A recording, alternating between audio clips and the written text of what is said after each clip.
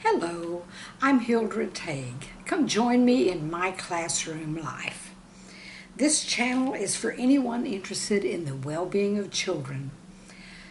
I'll be sharing ideas, inspiration, and humor as the months go on to keep you encouraged in working with children.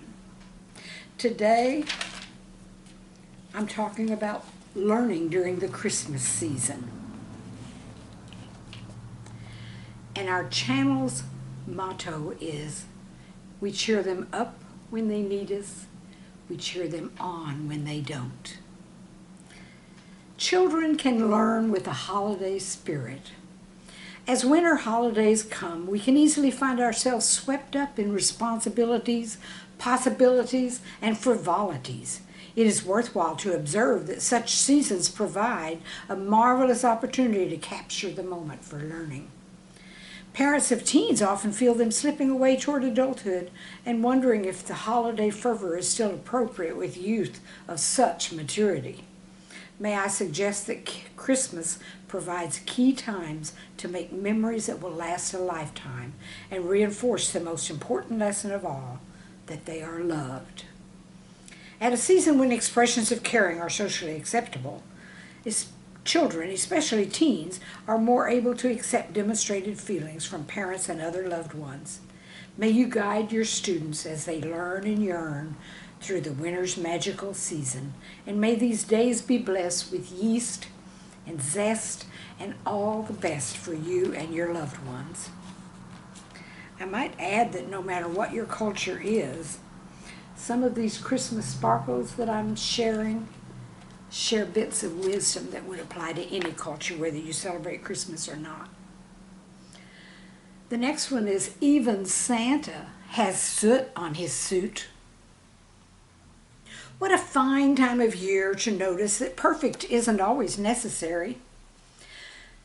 We might guard against protecting our children from the experiences of giving. In our rush, we sometimes do this and then wonder why our kids don't know how to give. Practice makes perfect.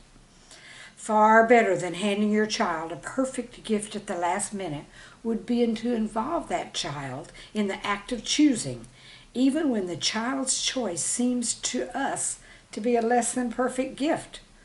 Most people appreciate receiving something from the mind of a child more than the gift given by a child who doesn't even know what is in that box.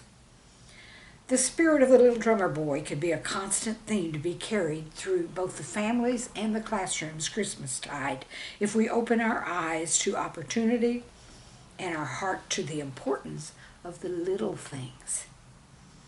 It really is the thought that counts. I have to give you an example of that. One time I was in another person's classroom. Two classes went together to make a particularly difficult decoration. And then after school, I noticed that the teacher and the aides were hanging up decorations. And they didn't hang up the ones that weren't too good.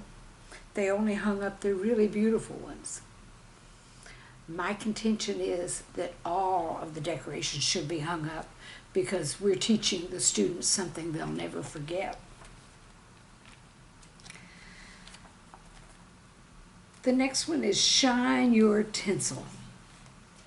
Due to one of the most challenging facets of managing Christmas is our difficulty in seeing the forest for the Christmas trees. If the hustle and bustle of accomplishing Herculean tasks involved in tripling our social schedule doesn't get us, then the necessity of smiling while experiencing more frustration surely will. We've all heard that pets can sense how we feel. Kids are far better experts at picking up on those feelings which we try to hide. A major roadblock to our letting our tinsel of happiness shine during the Yuletide is the myth that we must be happy and shiny all the time. Ever notice the tinsel on your Christmas tree? It alternates between dull and shining phases. It would be hard to really feel the shine if there weren't moments and spaces without the shine to provide contrast. Because it's December, we suddenly quit allowing ourselves and our children the much-needed full range of human emotion. and insists that joy and happiness are all that are allowed this month. No wonder depression increases during the season. This gunny sack of negative feelings can end up bursting and casting a shadow on a person's fun and self-image. Guilt sets in because a person is not able to be happy all the time, as the seasonal myth says we should. Even the excitement and happiness takes a toll on children and adults alike. Relief and calmness are often called for, along with an acceptance of the possibility of disappointments. These are at times part and parcel of the season's happenings, as they are a natural part of the rest of the year. Discussion about negative feelings reduces guilt and tension and prepares us to cope with such occasions. Perhaps attempting too much happiness for ourselves and our progeny in such a short time can cloud our perception of what happiness is. The accompanying tension brings behavior and feelings that make perceptive people wonder if all this Yule gruel is worth the effort. A step in the right direction would be to let the tinsel of feelings have freedom of movement in ourselves and in our children. Express the same range of feelings that you do the rest of the year. Try saying no without guilt to the events that bring you too much pressure. Budget your time so you're not dragging yourself and children around at the expense of eating, resting, or customary closeness. If you usually read a nighttime story, keep doing it. If you usually stop in the middle of a day's class to have a story, keep doing it. In addition, alternate exciting and calming activities so excessive tension doesn't build up. This is just as helpful for us adults as it is for children. You'll know that you've wrestled the spirit of Christmas too fast and won if you can encourage yourself and others to continue being yourself. If you're listening to your own drummer and not that of the media, storefront, neighbors, or friends. If you can realistically aim for more cozy times than hard times. At fine moments here and there, you'll be privileged to catch a glimmer of tinsel shining and realize you are shining your Christmas tinsel. I always like to end a good day at school with a song. My students always raise their hands up when I mention a Christmas song in this final poem. Sing me a Christmas mood. Joy to the world, we're looking up. Friendship and warmth, come fill our cup. As the sounds float by our ear, we feel immersed in Christmas cheer. Pull up a chair and listen well. Ring a chime and hear a bell. For the carolers come around. They bring stillness, a Christmas sound. Yuletide notes play our souls like a fiddle. It shall always be a riddle the way the strains caress our hearts, making each of us take a part.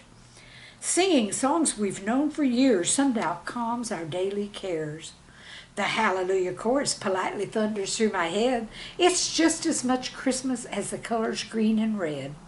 The calmness of the manger and the silent night. Angel from the realms voice their herald bright. Deck the halls, sing, O Christmas tree. Sing upon a midnight clear to me.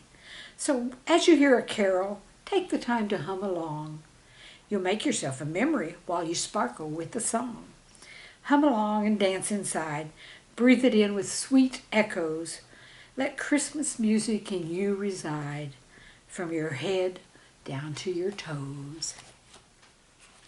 Don't forget to hit subscribe, because there will be other things, inspiration, humor, you never know what, on my classroom life. Till the next time, take a little time to enjoy the snow or the sunlight, whatever you have where you live, and shine your tinsel and the tinsel of your children, and have a little moment to rest. I think it's time for a cup of hot chocolate.